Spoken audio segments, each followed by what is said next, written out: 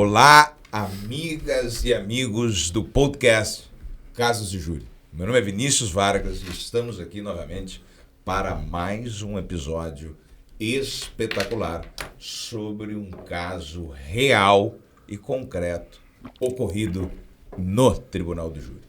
Junto aqui com meu amigo Marcos Hauser. Doutor Vinícius, muito obrigado. É uma satisfação mais uma vez estar aqui na presença do amigo para poder trazer para o nosso público mais um caso real. E esse caso é bastante interessante. É um caso ocorrido no interior aqui, uma cidade no interior do Rio Grande do Sul, né? E como de costume a gente não vai citar cidades, nomes, enfim, para manter o nosso padrão. Para manter o sigilo Exatamente. do caso em si, até devido, né, à sensibilidade que tudo envolve, ao drama, à tragédia, aquilo tudo que nós sempre já víamos tratando aqui a respeito do que é a essência do Tribunal do Júri. Claro, antes de tudo também agradecer aí a audiência de todos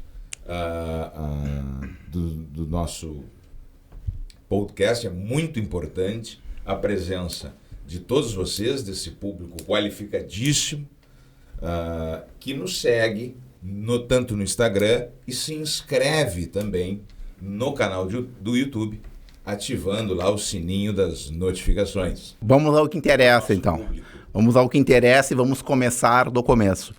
Esse caso, esse processo, eu fui contratado pelo réu logo após a sentença de pronúncia, né? Que nós já explicamos aqui o que é a decisão de pronúncia. Ele me contratou para fazer o recurso para ele. Eu analisei o processo, analisei a prova, enfim. Fui muito sincero com ele, falei, olha, dificilmente a gente vai obter êxito neste recurso, em razão da prova produzida, enfim, de fato era um caso que deveria ser submetido ao Tribunal do Júri, ao Conselho de Sentença. E, conforme previsto, o tribunal manteve a pronúncia e foi designado, então, a sessão plenária. Oportunidade na qual convidei o nobre amigo aqui para se juntar às fileiras da defesa para patrocinar mais essa defesa. Para ocupar as trincheiras da bancada defensiva do sacrossanto território do Tribunal do Júri. E o pior de tudo é que ele fala isso nos júris. Ele vai lá, ele fala para os jurados, para o juiz, para o promotor, para quem quiser ouvir. Mas, bueno, qual é o caso em si? O réu, ele era acusado de tentar matar o vizinho dele, um vizinho de bairro, porque o réu, ele tinha na época um armazém, um bulicho lá no interior, e segundo a acusação, a vítima estaria devendo R$20, se eu não me engano. Acho que era um valor bem inexpressivo. Isso, era um valor irrisório. Irrisório. Acho que era R$20, enfim. E que em razão dessa dívida ele teria ido até a casa da vítima e desferido um disparo contra ele. E a versão que o réu trouxe inicialmente era de que a vítima, na verdade, teria tentado assaltar o estabelecimento comercial dele, ele teria reagido e atingido a vítima. Mas qual é o problema da história contada pelo réu?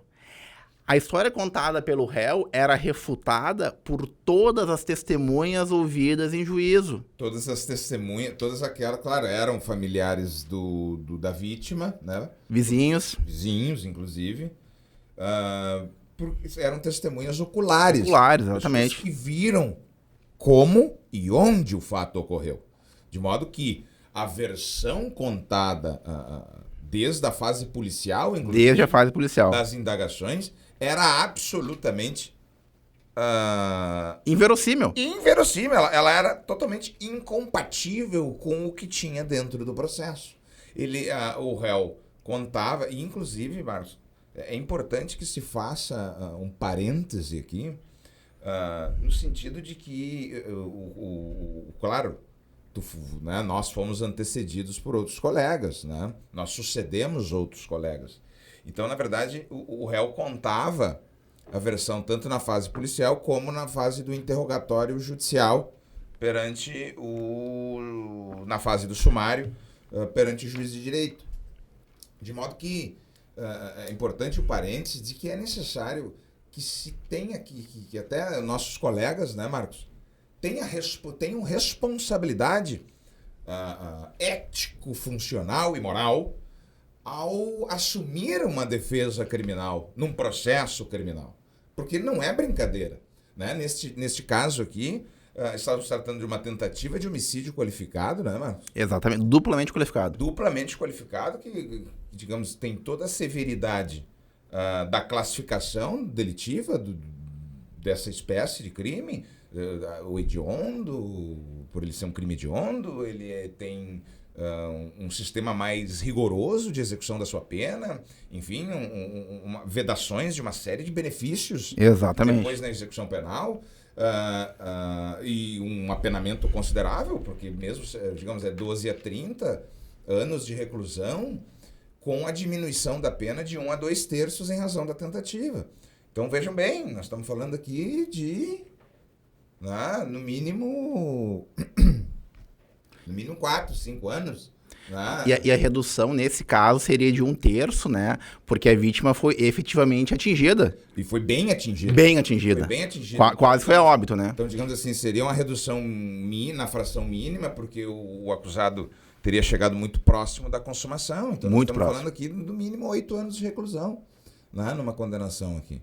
Não, e o mais grave, me parece, desse caso, o mais grave é que se ele tivesse contado desde o início a verdade, talvez as coisas não teriam tomado a proporção que tomaram. Não teria chegado no tribunal do júri a acusação nos moldes em que chegou. Exatamente. Porque é exatamente para isso que serve esta primeira fase, né, Marcos? Exatamente. É deixar bem claro isso para o nosso público. Esta primeira fase do sumário, que a gente chama, que é perante o juiz de direito, onde ocorrem as audiências, enfim, ouvidas as testemunhas, nesta fase já serve para fazer aquela filtragem da acusação. Né? A acusação ela é dirigida lá no início, através da denúncia, onde o promotor de justiça descreve ali todas as condutas tidas por criminosas, e ocorre toda essa primeira fase exatamente para isso, para que seja realizada uma filtragem dessa Exatamente. Para que chegue no tribunal do júri o que só é estritamente necessário. Né? O que realmente compete ao Conselho de Sentença fazer o julgamento. Então, é importante que os colegas tenham essa responsabilidade. Porque veja bem, Marcos, eu sou um advogado que eu não passo nem na frente do foro da Justiça do Trabalho. Porque eu tenho esta responsabilidade, tenho esta consciência. Né? Eu realmente não sei fazer nada num processo trabalhista. Então, é importante que os colegas também tenham esta responsabilidade, porque o processo criminal, e o processo criminal de júri, especialmente, ele é muito delicado e digamos assim, tu está sujeito a colocar uma pessoa diversos anos dentro do cárcere, dentro do sistema prisional. E esse caso tem uma outra peculiaridade, que é o seguinte: quando ele me contrata para fazer o recurso, eu leio o processo, analiso a prova e eu falo para ele: Tchê, essa tua história aqui não convence ninguém, me conta a verdade. E ele me relata o que de fato aconteceu.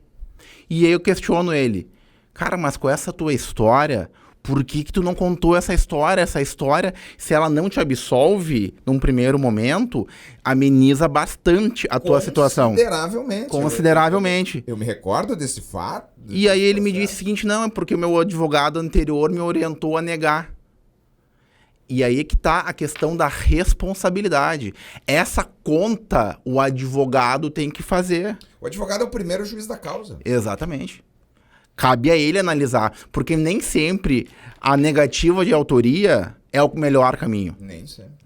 Nem sempre negar a acusação é a melhor tese de defesa. Aliás, na grande maioria das vezes, não é. Então, para o nosso público entender o que de fato aconteceu, qual foi a história que o réu nos trouxe, que foi a história que de fato, a história real, vamos assim dizer. Ele tinha esse estabelecimento comercial, de fato, ele tinha um armazém, um bolicho lá no interior, trabalhavam ele e a esposa. Nesse dia dos fatos, quem estava cuidando do estabelecimento era a esposa dele.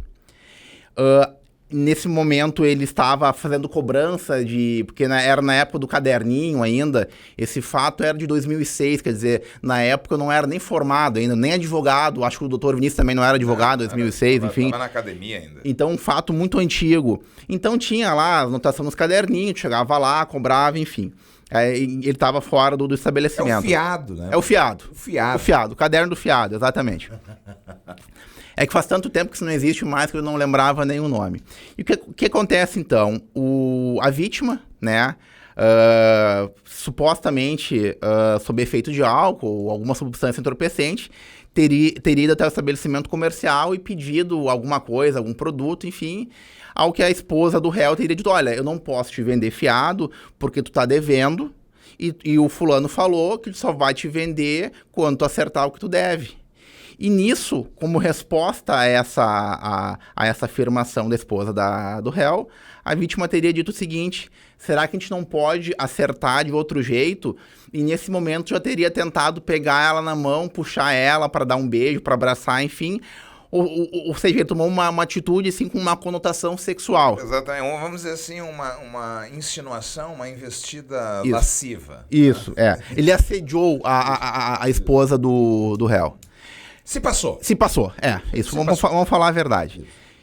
Porque depois, inclusive, quando a gente fala do plenário, o promotor usa uma expressão bem mais realística, né, para tratar disso. Mas, enfim, esse fato acontece, ela liga para o marido, relata o que aconteceu, né, e nesse meio tempo, a vítima já havia ido para sua casa, que ficava em torno de 200, 300 metros de distância do estabelecimento. Então, o réu chega em casa, encontra a esposa relata para ele o episódio, relata o que aconteceu, e é importante também destacar o seguinte, que essa vítima, à época, tinha já um registro policial que a acusação era justamente de estupro. Exatamente.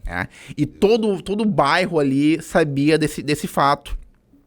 Até porque, segundo informações, né, a vítima teria se mudado para o bairro a questão de 2 ou 3 meses antes do fato, justamente porque foi expulso da outra comunidade onde ele morava em razão desse suposto estupro.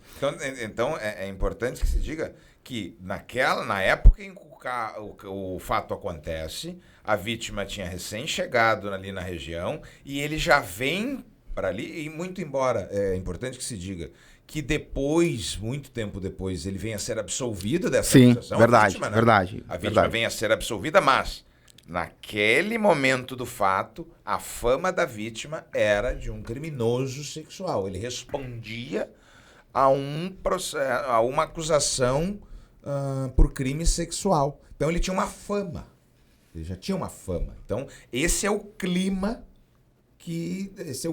ali da região no momento do fato, quando o acusado, o réu, recebe a informação da esposa, ele tem ciência da fama da vítima. Exatamente. E é um criminoso, porque ele responde a um processo, a uma acusação criminal.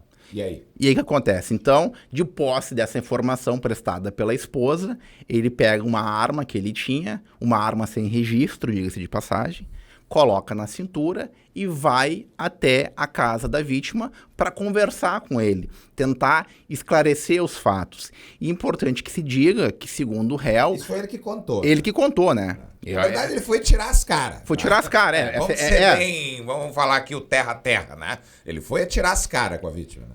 E era o mínimo que se esperava que ele fizesse. Pô, o cara meteu a mão com a mulher dele, o mínimo que eu esperava que ele fizesse, que ele fosse lá tomar satisfação ou tirar as caras, né? Que é a expressão que a gente usa.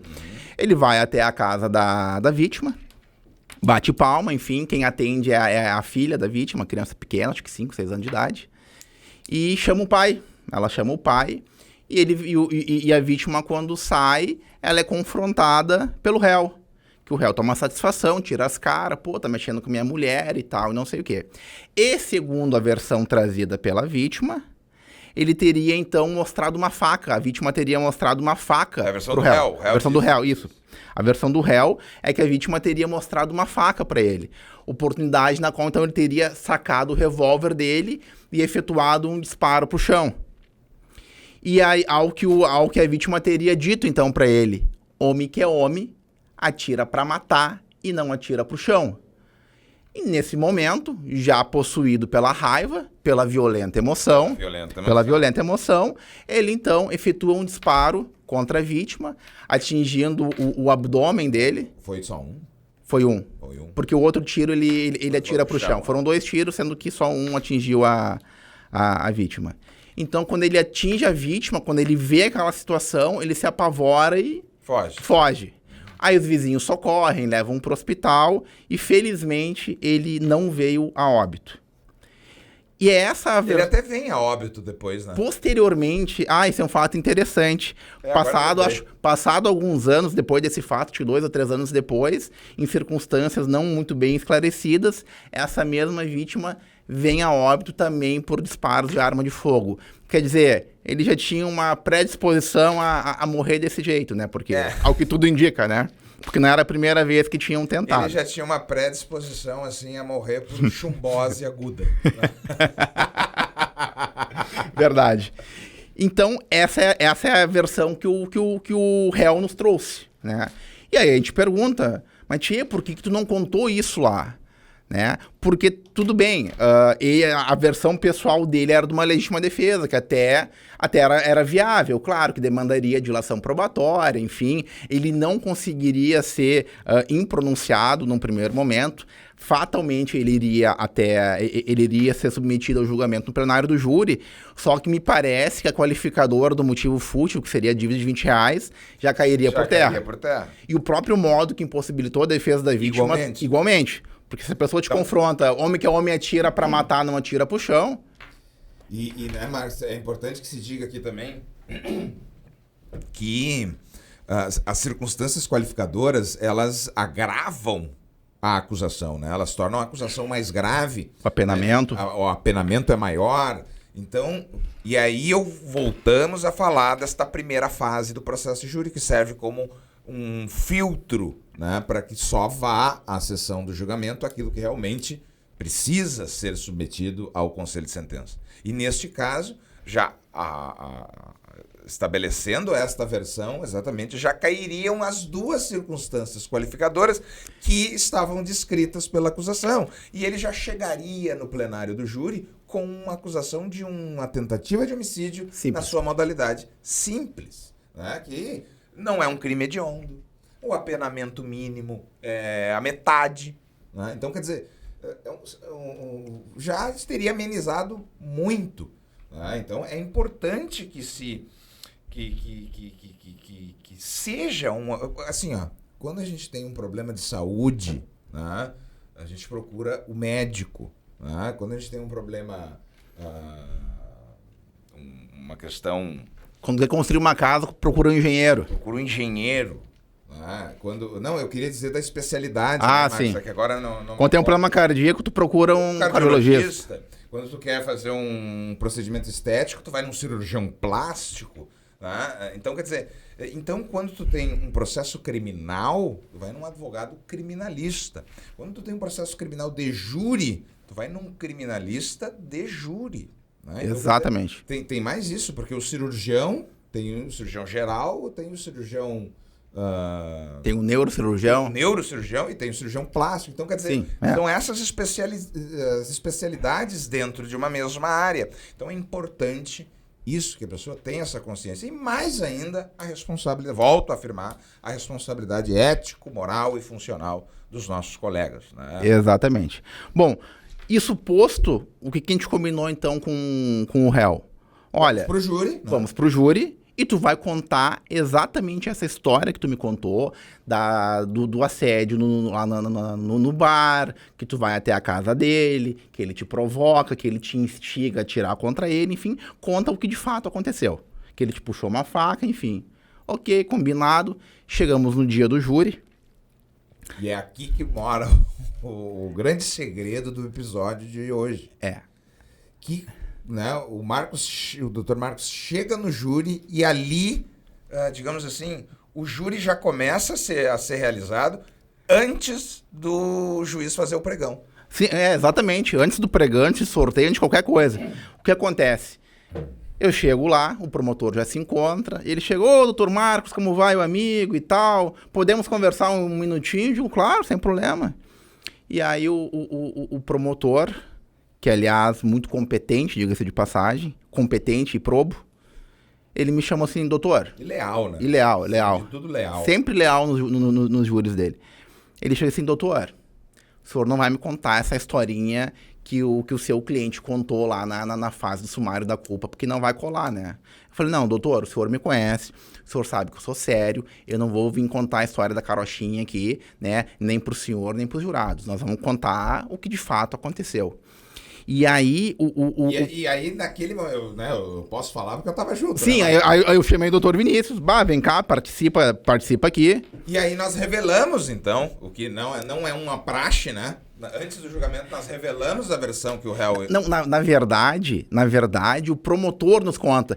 Eu sei o que aconteceu, ele começa, aconteceu isso, ele mexeu com a mulher. O promotor nos conta a história real, ele conta o que aconteceu. A partir da leitura da prova. A partir da leitura da prova, ele nos relata isso. Então, ele foi muito perspicaz, ele teve essa análise justamente no seguinte sentido. A vítima mexeu com a mulher do réu, o réu não gostou, foi lá tirar as caras, se desentenderam e ele atirou.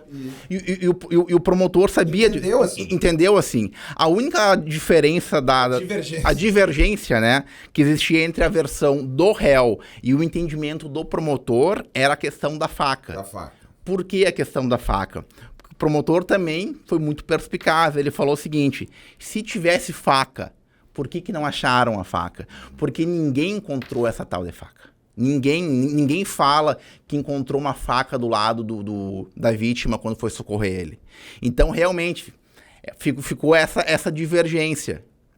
E aí, o que acontece? Aí o promotor, olha, eu tenho uma proposta. Isso. Ele, na verdade, ele adianta a acusação que ele vai sustentar em plenário, né, Marcos? E diz o seguinte, o negócio é o seguinte, eu vou para uma tentativa simples, privilegiada. É isso que ele diz, né? Isso. Vou pedir o afastamento das qualificadoras e sustentar a ocorrência da tentativa de homicídio na sua forma privilegiada, que é uma causa de diminuição de pena. Isso. Tá? Que fique claro aqui para o nosso público, da nossa audiência qualificadíssima, que o privilégio, né, o que nós chamamos da tentativa de homicídio privilegiada, é uma causa de diminuição da pena. Então, quer dizer, é simples, de 6 a 20 anos, diminuição pela tentativa e mais uma diminuição ainda pelo privilégio. Que o acusado agiu imbuído, impelido,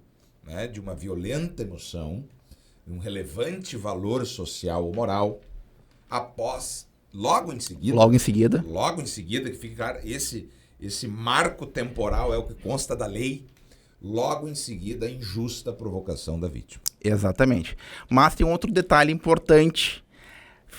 O acordo feito entre acusação e defesa era esse, que ele sustentaria o privilégio na forma simples, desde que a defesa não sustentasse a história da faca. A história da faca e a legítima defesa. Então é o seguinte, vamos lá, vamos contar a história como ela aconteceu. Foi um homicídio simples, na forma atentada, privilegiado. E foi exatamente isso que nós fizemos no julgamento inteiro. Exatamente. Mesmo assim, até o doutor teve réplica e tréplica. E o que acontece? Nós abrimos mão de uma das testemunhas e colocamos e ouvimos apenas como testemunha a esposa do réu. Que não havia sido ouvida, né? De forma impressionante. De forma surpreendente, digamos assim, que ela estava envolvida na tese, a ser sustentada na versão do que realmente aconteceu. Ela era o pivô da história. Ela era o pivô de toda a história e ela não é arrolada em todo o processo. Não. Ela vem a ser ouvida somente em plenário. Em plenário. Porque nós arrolamos ela, porque entendíamos que era importante o testemunho dela. Porque, na verdade, era o testemunho dela que validaria a história do marido. Exatamente, que emprestaria uma verossimilhança para a versão do acusado. Exatamente. Então, ela vai lá, ela é ouvida em juízo, e ela confirma esse assédio que a vítima teria feito instantes antes com ela, né? o réu vai lá, confessa, ele conta a história, só que no relato dele ele mantém a história da faca. Mas isso daí é a versão pessoal dele. É o direito dele. A gente não pode interferir, enfim. E fomos para os debates. O promotor, cumprindo com um combinado, sustenta o homicídio simples na forma tentada e sustenta o privilégio, porque ele também entendeu que a tentativa foi cometida logo após, né, a injusta provocação. Seja pelo... É importante que se diga, porque neste caso aqui ficou provado no processo... Ficou provado. Que, primeiro, logo após a injusta provocação da vítima. Quer dizer, mesmo que... É importante que fique claro, né, Marco? Mesmo que o abuso, o assédio tenha ocorrido a determinado tempo, ele tomou conhecimento dessa ocorrência naquele momento. Quando ele chega em casa. Quando ele chega, naquele momento. E tão logo toma conhecimento, mesmo que a injustiça da vítima tenha ocorrido há mais tempo, mas tão logo ele toma conhecimento dessa provocação injusta da vítima em relação à mulher, à esposa, ele vai lá e ele vai ao encontro da vítima. Então, eu estou aqui falando de direito agora. Sim. Mas é importante para quê? Porque o público entenda. No sentido que, veja, quando a lei fala logo em seguida a injusta provocação após a injusta provocação da vítima, não significa que a injusta provocação da vítima tenha que ter ocorrido momento ali de forma, vamos dizer assim, de forma sucessiva, né? A injusta provocação e a conduta do acusado, do agente da conduta homicida. Mas ele tomar conhecimento e agir também vale. Nesse caso tem um outro detalhe que eu acho que é importante. Tem essa injusta provocação. E tem mais uma. São duas. Exatamente. E a outra é logo após, que é quando ele vai lá, quando o réu confronta a vítima, efetua um disparo pro chão e a vítima diz: quem é homem atira pra matar, não atira pro chão. Quer dizer, ele vai lá e provoca de novo. É o desafio. Isso. É o desafio. Fica um recado, jamais desafie um homem armado. Né? É, importante, né? Esse aí desafiou... Se ele tivesse se retratado, se desculpado, olha, eu me equivoquei, eu me passei, desculpa. Talvez ficaria tudo certo, mas ele vai lá e provoca o cara pedindo para tomar um tiro, pediu, levou. Isso. E aqui, mas já nos encaminhando para o encerramento do episódio, aqui, Marcos, é importante que nós, óbvio que nós já contávamos com essa tese a ser estudada em plenário, porque era isso que a prova do processo permitia, acima de tudo. É óbvio que a questão da faca era uma informação trazida tão somente pelo réu, mas era um direito dele, seria igualmente sustentada em plenário. Com certeza. Mas, devido vamos dizer assim, esse combinado, por que não, né? Sim, um combinado. Um combinado entre acusação e defesa para o melhor desenvolvimento dos trabalhos e até limitação dos debates, por que não? Né? Mas é importante que se diga que isso não é uma praxe. Né? Não, de forma alguma. Praxe, não. Né? Digamos assim, tanto o acusador quanto defensores já tenham que ter trabalhado juntos antes. Sim, conhecer, tem que haver, né, uma confiança, enfim. Exatamente, a palavra é essa, confiança. Por quê? Porque quando nós fizemos esse ajuste, quem inicia os debates é sempre a acusação. Sempre o promotor vai ter a palavra. A defesa sempre fala por último. Por último, exatamente. Então o que acontece? O promotor foi lá e sustentou né, o privilégio conforme havíamos combinado. Se ele não tivesse confiança no nosso trabalho, ele não teria feito isso por quê? Porque nós poderíamos muito bem ter ido lá e sustentar a legítima defesa. A história da faca. A história da faca. Mas não o fizemos por quê? Uma, porque não havia amparo na prova para essa versão. E o segundo, porque, obviamente, nós havíamos feito um combinado não, até com a para acusação. Manter a nossa credibilidade. Né? Exatamente. Manter a nossa credibilidade. Não manter só... a palavra. Exatamente, manter a palavra, manter a credibilidade não só em relação ao acusador, mas até a própria comunidade ali, os jurados, porque exatamente. Se isso não, se fosse quebrado esse obviamente, certamente o acusador utilizaria isso contra a gente. Né? Com certeza. Num próximo júri. Julgamento. Enfim, exatamente. Uma série de coisas. E aí fizemos isso por quê? Até porque seria a solução mais justa para o caso.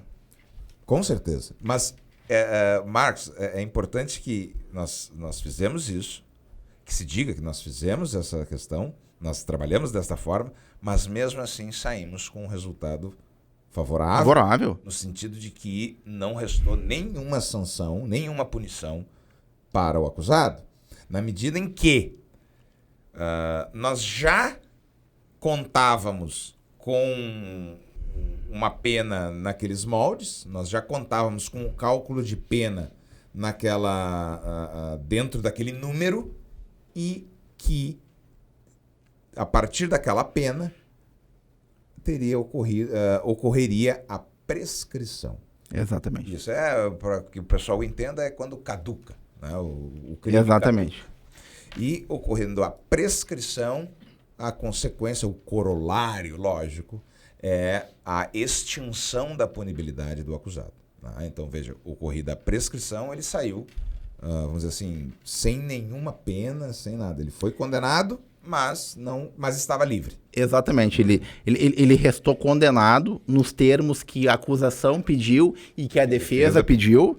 Né? O juiz fixou a pena dele em 2 anos de reclusão, só que em razão justamente da prescrição, em razão do longo decurso de prazo, né, ele restou, a punibilidade restou extinta em razão da prescrição. Ou seja, ele saiu de lá um homem livre. Exatamente. E esse caso é interessante. Sem nenhuma pecha, sem nenhum registro, sem nada. Esse julgamento foi 2023? 22? Isso foi ano passado? Eu acho que foi 23, né? Aí vocês imaginem a pena que este homem cumpriu, porque o fato foi em 2006. Isso. O julgamento em 2023. Durante todo esse lapso temporal, ele acabou tendo que conviver com a angústia, porque uma preocupação que ele tinha, mas eu vou ser preso, doutor. Eu falei, calma, que tu não vai ser preso. Mas ele teve que conviver durante anos da vida dele com essa angústia, com essa dúvida. Com esse sofrimento. Com esse sofrimento. Porque responder um processo criminal é um sofrimento. Né? A pessoa, claro, é essa angústia aí, mas é sofrer, porque, digamos assim, responder um processo, como já dizia Cardelucci, já é uma pena. Né? Já é uma pena. O processo criminal é uma pena em si mesmo.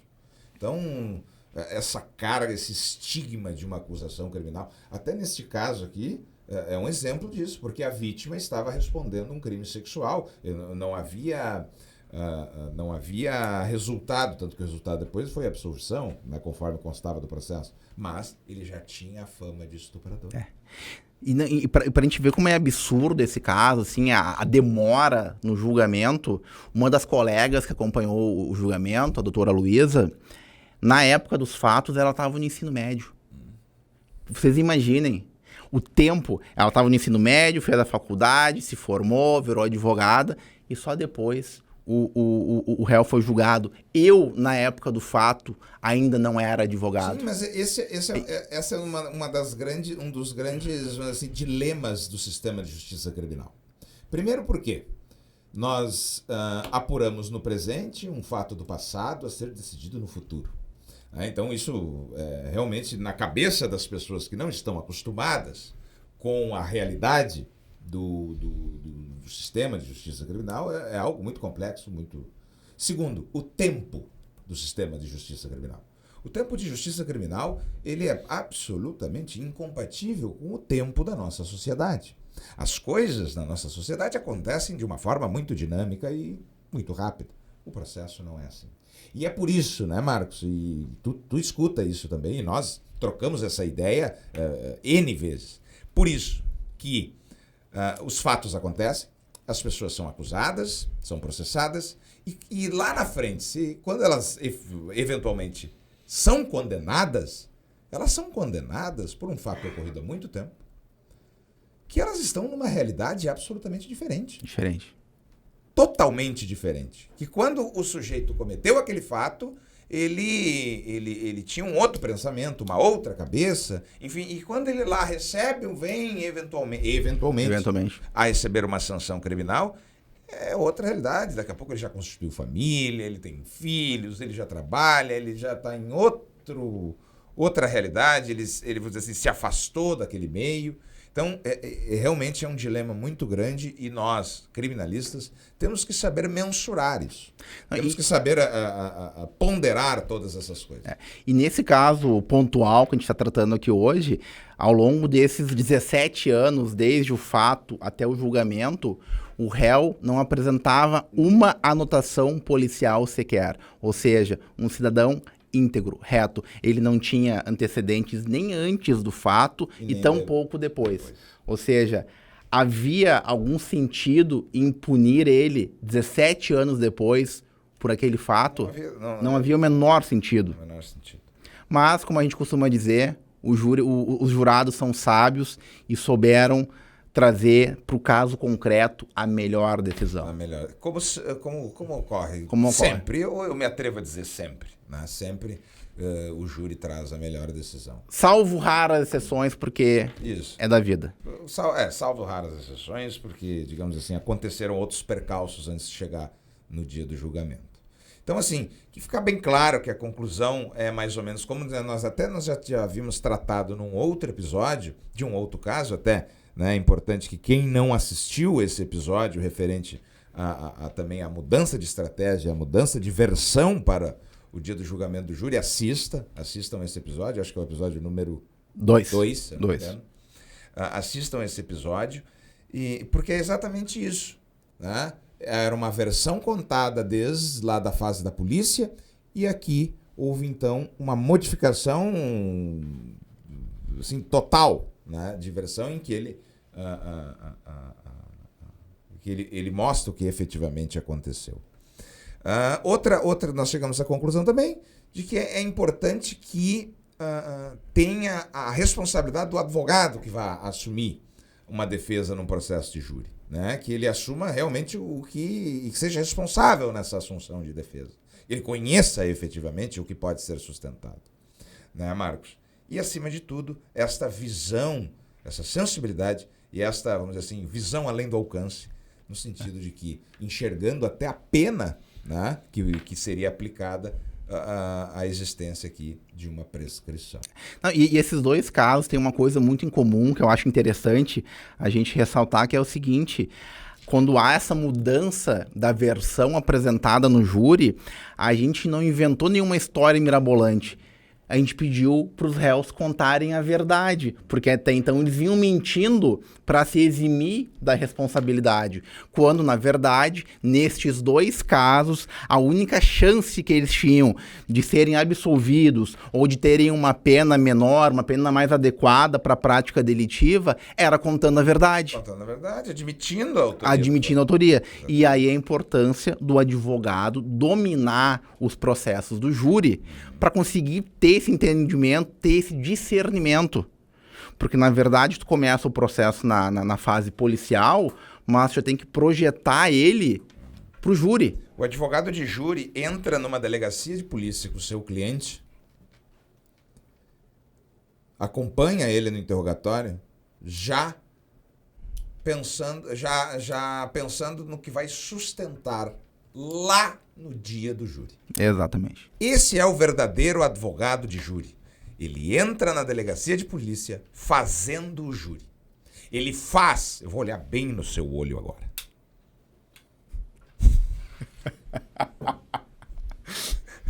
É sério, Marcos. Tá bom, parei.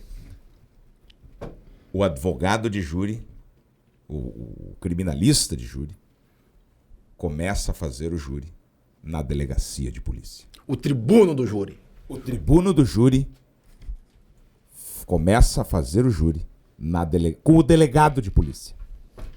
Isso aí, doutor Vinícius, Concluindo, então, nós estamos estourando o tempo aqui. Como de costume já, né? Isso. Seu costumezinho feio. Nós tava comendo churrasco, eu bebi demais essa noite, né? Mas eu tô bem hoje. O pessoal tá vendo pela tua cara. Isso. Tô com o olho vermelho? Eu prefiro não comentar. Tá.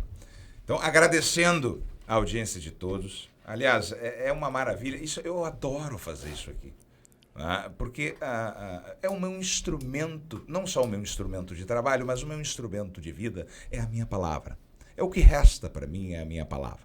E poder dar a minha palavra, o meu testemunho aqui, com o meu amigo e colega Marcos Hauser, para todos vocês, é muito gratificante, é muito, por que não excitante também, né? Então, muito obrigado. Nos acompanhe, o meu Instagram é Vinícius Vargas ADV, o pessoal aqui da técnica já vai botar aí na legenda, o Casos de Júri, @Casos de Júri, lá no Instagram, nos acompanhem, nos sigam, e outra coisa, também podem nos mandar sugestões, né, Marcos? Por favor. Isso, nos Por mandem favor. lá, comentem, ativem o sininho das notificações lá no canal do YouTube. Nós contamos com a participação de vocês. Se tiver algum assunto também que vocês acham interessante, que a gente possa tratar aqui, alguma dúvida que tenha ficado sobre algum instituto jurídico, coloca lá, pode ser no Instagram, pode ser no YouTube, coloca lá que a gente vai responder sem problema nenhum. Pessoal, então já encaminhando para o final, quero mais uma vez agradecer pela audiência de todos, pela paciência das senhoras, dos senhores, em especial com o Dr. Vinícius, né? Dizer que o meu Instagram é @MarcosHauser. Segue a gente lá no Instagram e no YouTube.